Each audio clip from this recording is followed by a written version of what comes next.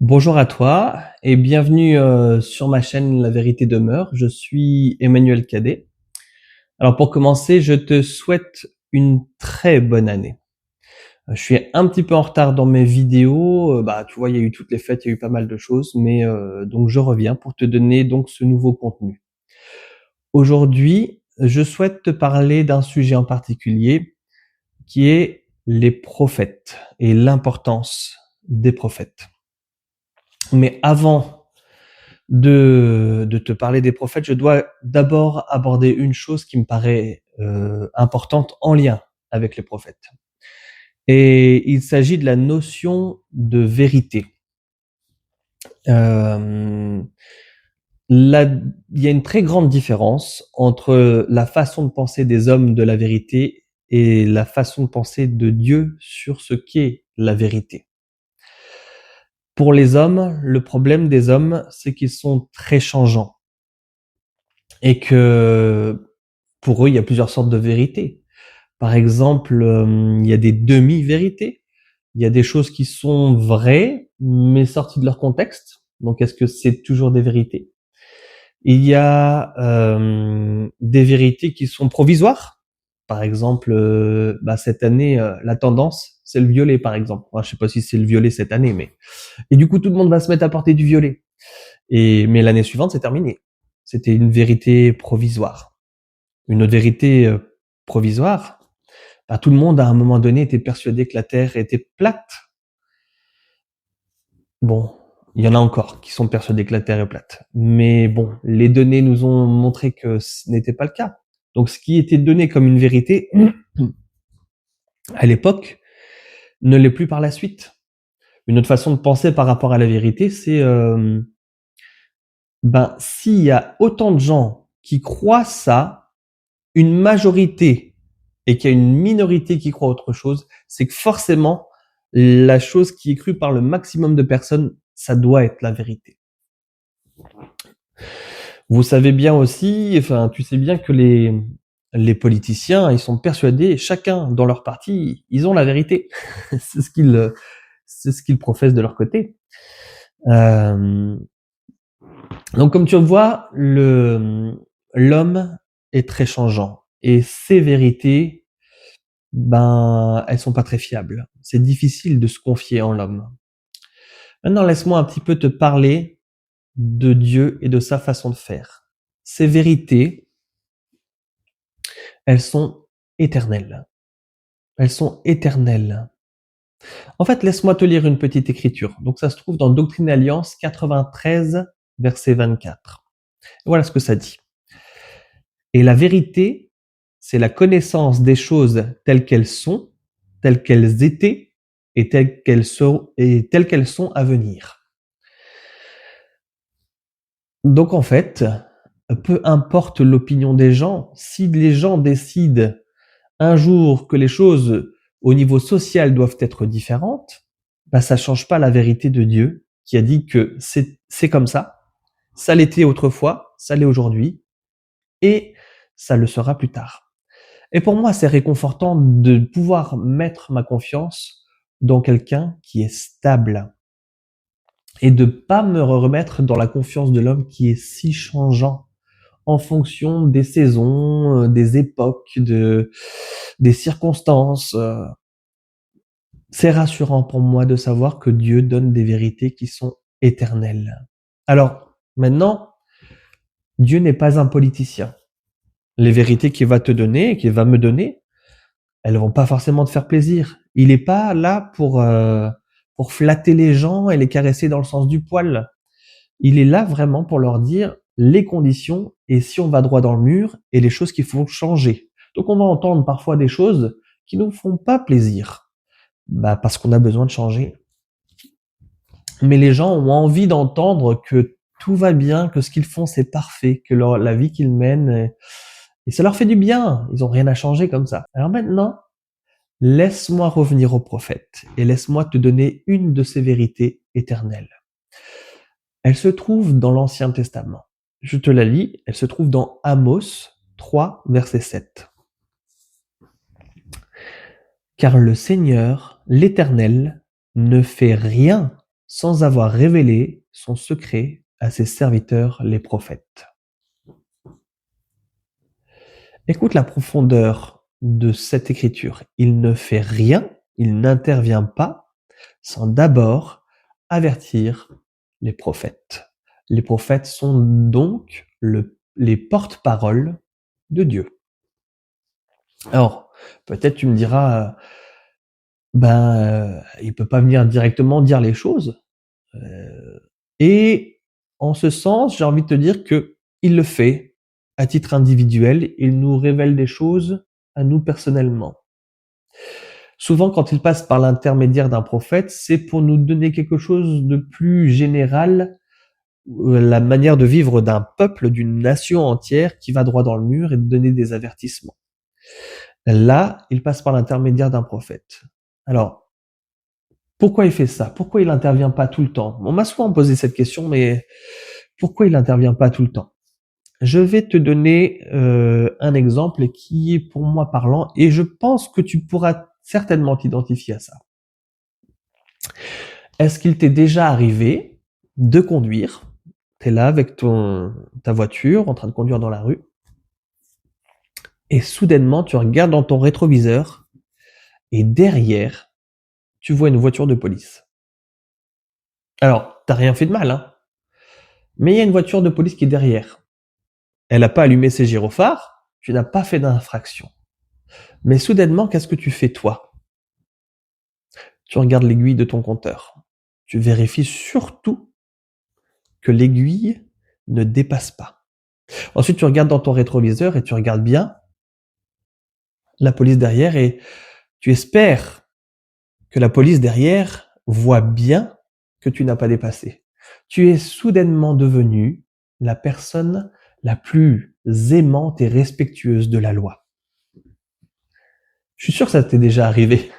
Tu te reconnais là-dedans. Mais est-ce que c'est vraiment la réalité? Est-ce que tu fais ça parce que tu aimes la loi? Ou est-ce que tu fais ça parce que tu as peur de la contravention que tu vas te prendre si tu as fait un excès parce qu'il est juste derrière toi? La police est juste derrière toi. Donc, tes intentions sont-elles orientées par amour, parce que tu aimes la loi, parce que tu veux être respectueux, ou par la crainte? Alors, je te pose cette question parce que on est totalement dans ce cas de figure. Si tu avais tout le temps Dieu qui est derrière toi pour vérifier tes moindres faits et gestes,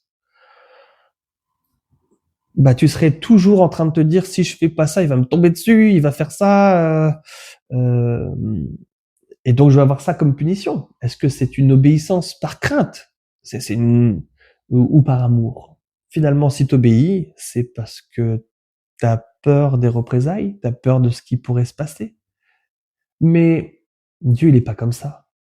En tout cas, le Dieu que j'adore moi, il est pas comme ça.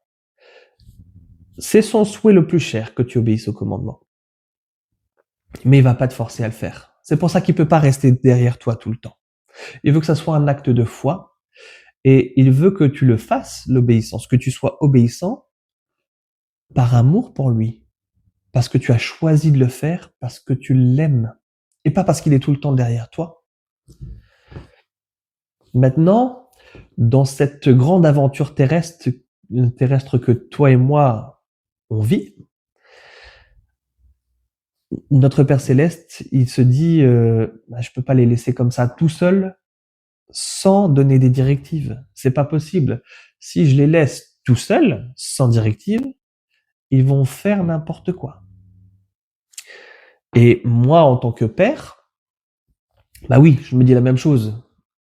Quand mes enfants vont à l'école, je vais pas pouvoir observer leurs moindres faits et gestes. Et ça serait même pas très sain pour moi de faire ça, d'être tout le temps derrière mes enfants. Il faut que j'ai confiance en eux, mais en même temps, je les aime. Et j'ai envie qu'ils ne fassent pas de bêtises. Alors je vais leur donner des directives. Je vais leur dire ce que j'attends d'eux, ce que j'aimerais qu'ils fassent. Et surtout, je leur dis, n'oubliez pas qui vous représentez. Vous représentez Jésus-Christ. Je leur dis, n'oubliez pas, essayez de voir ce que Jésus-Christ ferait dans cette situation. Maintenant, je sais pas s'ils vont le faire ou pas. Peut-être aussitôt sortis de la maison, peut-être qu'ils vont tout oublier et faire n'importe quoi. Mais j'ai pas envie qu'ils m'obéissent par crainte que je vais les punir s'ils font pas ce que je leur dis. Ils vont le faire, je voudrais qu'ils le fassent parce qu'ils ressentent que j'ai de l'amour pour eux et que ce que je leur donne comme conseil, c'est ce qui va les protéger. Et pour moi, Dieu, il fait la même chose. Alors, qu'est-ce qu'il utilise comme moyen justement pour nous donner ces conseils, ces directives pour qu'on soit à l'abri, pour qu'on soit en sécurité, pour qu'on vive bien cette épreuve terrestre? Eh bien, il utilise un messager, il utilise un prophète. C'est le prophète qui est son porte-parole. Rappelle-toi ce que je t'ai dit, c'est une vérité éternelle. Dieu ne fait rien sans révéler sa volonté à ses serviteurs, les prophètes. Il va passer par eux pour donner ses directives. Tu pourrais te dire, ben c'est gentil tout ça, mais ce que tu m'as cité comme écriture, c'est une écriture de l'Ancien Testament. Les prophètes, c'est un truc des temps anciens, c'est terminé. Et ben je vais partager quelques écritures avec toi juste après. Mais avant ça, je voudrais d'abord déterminer quel est le rôle de prophète, quelles sont leurs responsabilités. Alors, il a plusieurs responsabilités. La première, donc on l'a dit, il parle au nom de Dieu. La deuxième, il reçoit des commandements, des prophéties et des révélations. Troisièmement, il fait connaître la vérité et la vraie personnalité de Dieu. Ensuite, il dénonce le péché et en prédit les conséquences. Si tu t'attendais à ce qu'il te fasse plein de compliments, c'est pas forcément ce qui va se passer. Ensuite, il prédit l'avenir pour le profit de l'humanité. Mais surtout, et c'est essentiel, son rôle principal, il est témoin de Jésus-Christ. Et donc c'est essentiel. Alors j'en reviens à ce que je t'ai dit tout à l'heure. Du fait que oui, c'est un truc des temps anciens, etc., etc. Avec toi, je vais prendre quelques écritures dans le Nouveau Testament. Je vais en prendre deux. Je vais lire avec toi Éphésiens 2, versets 19 à 20. Et voilà ce que ça dit. Ainsi donc, vous n'êtes plus des étrangers, ni des gens du dehors, mais vous êtes concitoyens des saints, gens de la maison de Dieu. Vous avez été édifiés sur le fondement des apôtres et des prophètes, Jésus-Christ lui-même étant la pierre angulaire. Donc là, c'est Paul qui parle à cet instant-là. La fondation, c'est ça. Je te lis une autre écriture, c'est encore Paul qui parle, Éphésiens 4, versets 11 à 14. Écoute bien. Et il a donné les uns comme apôtres, les autres comme prophètes, les autres comme évangélistes, les autres comme pasteurs et docteurs, pour le perfectionnement des saints, en vue de l'œuvre du ministère et de l'édification du corps du Christ, jusqu'à ce que nous soyons tous parvenus à l'unité de la foi et de la connaissance du Fils de Dieu, à l'état d'homme fait, à la mesure de la stature parfaite du Christ, afin que nous ne soyons plus des enfants flottants et emportés à tout vent de doctrine, par la tromperie des hommes, par leur ruse dans les moyens de séduction. Alors maintenant, je te pose quelques questions. Si tu as bien fait attention à ces écritures-là, il précise dans quel but il a prévu cette organisation, pourquoi il a mis des apôtres et des prophètes en place. Et écoute bien. Pour le perfectionnement des saints en vue de l'œuvre du ministère et de l'édification du corps du Christ, et au verset 14, afin que nous ne soyons plus des enfants flottants et emportés à tout vent de doctrine par la tromperie des hommes, par leur ruse, dans les moyens de séduction. Est-ce que tu trouves pas que ça reflète totalement notre époque? Que ça soit politiquement ou même avec ce à quoi on est en train de faire face, avec l'intelligence artificielle, on est en train de regarder des trucs et on se demande, mais est-ce que c'est vrai? Est-ce que c'est pas vrai? Est-ce que ça a été fait par l'intelligence artificielle? Est-ce que telle personne a vraiment dit ça? Est-ce que quelqu'un a fait dire ça à la personne? On est dans une situation vraiment, ben oui, la ruse des hommes, elle est là. Et il y a plein de doctrines différentes. Et on est trompé par la ruse des hommes. Et donc, cette organisation-là, avec les apôtres et les prophètes, elle a pour but justement de nous aider à naviguer dans toutes ces choses qui portent à confusion. Et maintenant, lis bien le verset 13. Regarde bien ce qui est marqué. Paul précise jusqu'à quand il doit en être ainsi. Est-ce qu'il y a une limite? Est-ce qu'il y a un moment où on va arrêter d'avoir des apôtres et des prophètes? Est-ce qu'il y a un moment où ça va s'arrêter et on n'a plus besoin? Verset 13. Jusqu'à ce que nous soyons tous parvenus à l'unité de la foi et de la connaissance du Fils de Dieu, à l'état d'homme fait, à la mesure de la stature parfaite de Christ. Bien. Alors je te pose la question. Est-ce que tu penses, en regardant autour de toi, que nous sommes tous parvenus à l'unité de la foi, à la connaissance du Fils de Dieu? Est-ce que tu penses que ça y est, c'est réalisé, on est arrivé à ça? Si comme moi, tu penses de façon négative et tu as envie de dire non, alors c'est qu'on a toujours besoin d'apôtres et de prophètes. Et rappelle-toi, c'était une vérité éternelle. Le Seigneur les a mis en place et on te dit jusqu'à quand. Donc, normalement, on est censé toujours avoir des apôtres et des prophètes aujourd'hui. Bien. Aujourd'hui, je te parle d'une des croyances de l'Église de Jésus-Christ des Saints des derniers jours. Nous avons exactement cette organisation qui existait à l'époque de Jésus-Christ. Nous avons un prophète. Nous avons 12 apôtres. Nous avons des évangélistes que l'on appelle aujourd'hui des patriarches. Nous avons des pasteurs que nous appelons des évêques, des docteurs que nous appelons des prêtres. Toute cette organisation est présente dans l'Église de Jésus-Christ des Saints des derniers jours. Dans le Nouveau Testament, on entend aussi parler du fait que Jésus appelle des 70. On a des 70 dans l'Église de Jésus-Christ des Saints des derniers jours. Et si tu me demandes mon avis, je pense que beaucoup de personnes ne savent pas trop où aller, quoi croire, parce qu'il y a trop de mensonges, il y a trop de choses qui sont prêchées comme étant des vérités éternelles et qui ne le sont pas. Rappelle-toi ce que je t'ai dit. Une vérité éternelle est comme son nom l'indique, éternelle. Elle change pas avec le temps. Et les choses que les prophètes vont dire ne seront pas populaires, ne l'ont jamais été. C'est pour ça que beaucoup ont été mis à mort.